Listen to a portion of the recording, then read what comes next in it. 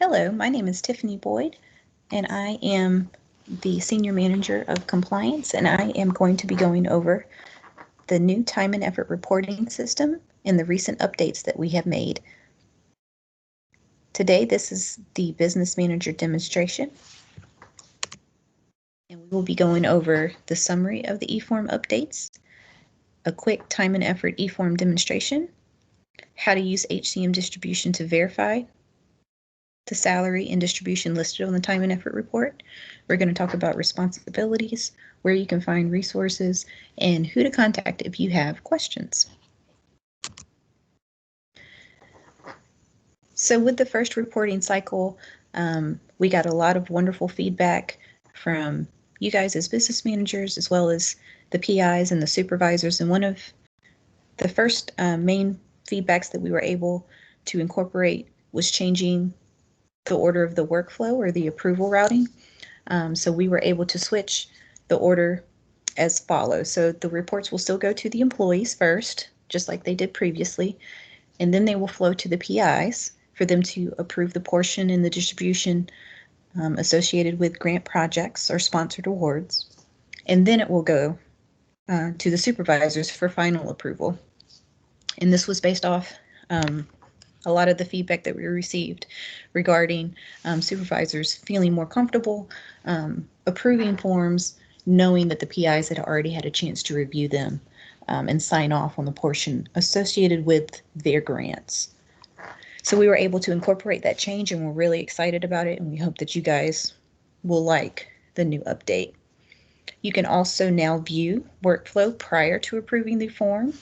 So on the face of the effort form, you can actually click the View Workflow Routing button and see exactly where the form's been and who's seen it and who's approved it prior to approving the form.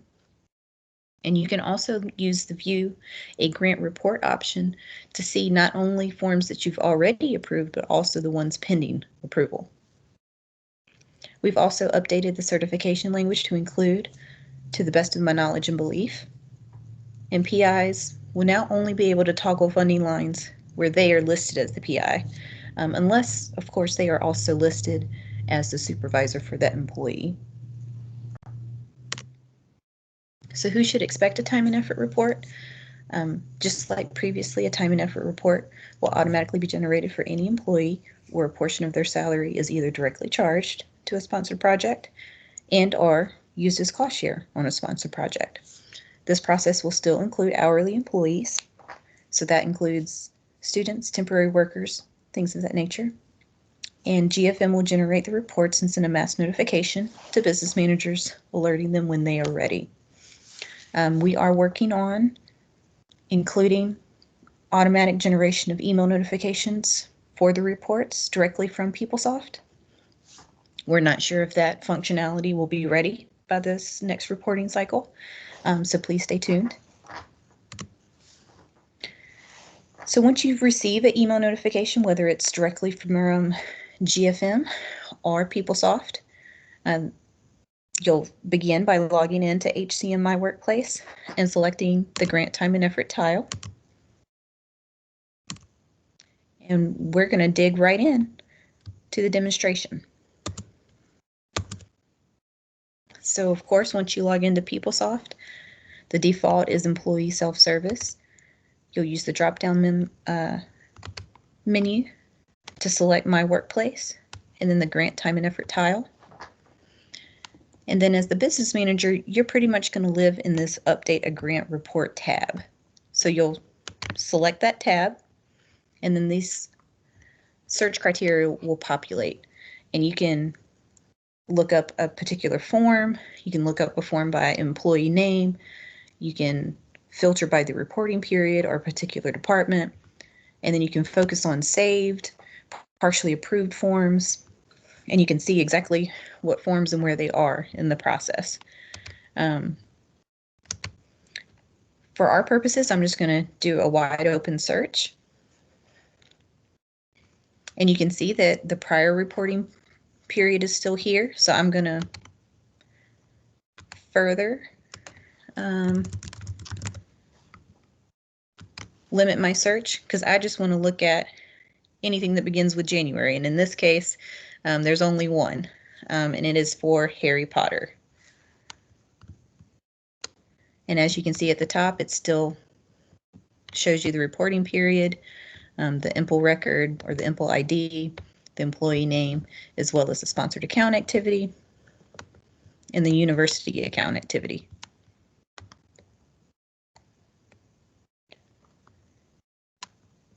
And so now, just like before, you can still click on the details to see exactly what pay periods and what check dates make up the various earnings charged to each grant account. And at this point, this is when you would use HCM to verify if this information is correct. So now that we're focused on January through June, of course, the search criteria would be you would enter in that employee's name or that employee's USC ID. You would enter in from pay period to pay period. One thing I do want to highlight is that you always want to make sure that the fiscal year selected is all. And I also recommend that you go ahead and request the system to go ahead and subtotal and some adjustments for you before you submit. And then you'll notice here, if we go back and forth, that Harry Potter was charged to 3 different grant projects in the amount of $28,000, $15,000, and $27,000 to project 8539, 8372, and I think that says either 9608 or 9508. I apologize for it being so small. So if we click back to our effort report, we can see we have 15,000, 28,000, and 27,000 charged to 8372, 8359, and it's 9608. So we can see that we tie exactly. And then as we go down to university or non-sponsored accounts, we can see this is actually the same account. And when you see items like this usually means that the combo code at some point probably changed, and that's why it was broken into 2. But the total amount was $77,388. If I go back to HCM,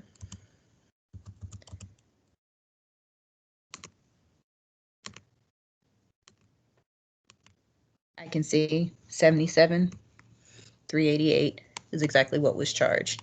And then you can see here, the combo code did actually change, and that's probably the cause for it being split as it is on the effort report itself. So then going back to the effort report, again, it ties 77,388 for a total of 149. And then, of course, as the business manager, your role is just to verify that, to the best of your knowledge, that the report reflects all current payroll actions and requests. So you're not confirming, you're not certifying that, these employees or this employee worked on the projects. You're just confirming that you have processed all requested payroll actions and requests. So there's no pending retros that you're aware of. There's nothing pending. And if, to your knowledge, to the best of your knowledge, that's true, and it reflects what you see in HCM distribution, then you can feel comfortable placing your acknowledgement and submitting this form to workflow. So once you acknowledge, and again, once you acknowledge and submit this form, that is what starts workflow. So you'll notice one of our summary updates was that you would be able to see workflow on this page prior to approving the form. You don't see that because this hasn't been submitted to workflow yet. You are just releasing it to workflow. And so that's why. But once you release it, the employee, the PIs, and the supervisors would actually see the option to view the approval routing right here on the face of this prior to actually placing their acknowledgement or certification and submitting or approving the form. But as the business manager, you're just confirming that the report is accurate as it relates to what's showing in HCM distribution. So place your acknowledgement and you'll submit it to workflow. So at this point, you can see that this eForm has been routed to the next approval step. And now you can hit the View Approval Route, and you can see that it's now with the Impel Record grant, which corresponds to the employee Harry Potter. And then you'll notice that the next stage, once the employee approves, it will go to the PIs. And it looks like the PI associated with these 3 projects is Mr. Hardaway. And then because Harry Potter is such a bigwig, the president himself is his supervisor and will approve his report. So that is how the workflow will work in this new process. And then the process will be considered complete once all these approvals have been completed. Now, at any point, if a PI disagrees or has questions or says, hey, Harry Potter never worked on my grant, they will place a comment on the form, and they'll actually recycle the form back to you as the business manager for you to make any necessary changes so that the report can then update and reflect true effort. And then it will go back through the approval process. One thing I do want to point out, so let's say this report is kicked off for approval. The employee, not realizing that he didn't work on project 8359, approves it, certifies everything, and then it gets to the PI, and the PI of 8359 says, hey, he should have never been charged here. I need him removed. He only worked on these other 2 projects. So whatever was charged here, I need redistributed. And so he recycles the form. You do the retros to correct it. The form updates. And now what shows as distribution on 8359 is 0. Because there was activity on that line and on that project, it's still going to route to that PI because it's 0 for the PI to confirm that $0 and 0 effort is correct. So sometimes that throws people off.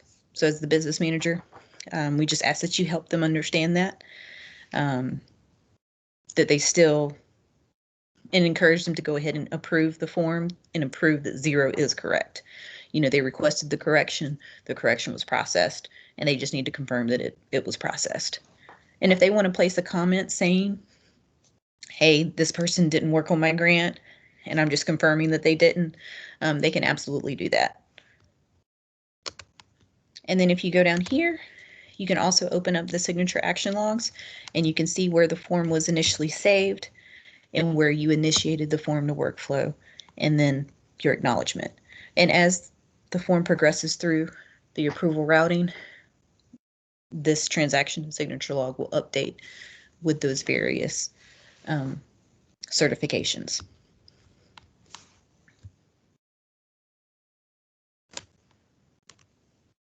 So the earnings codes that are included, this is just a slide showing you all the various earnings codes.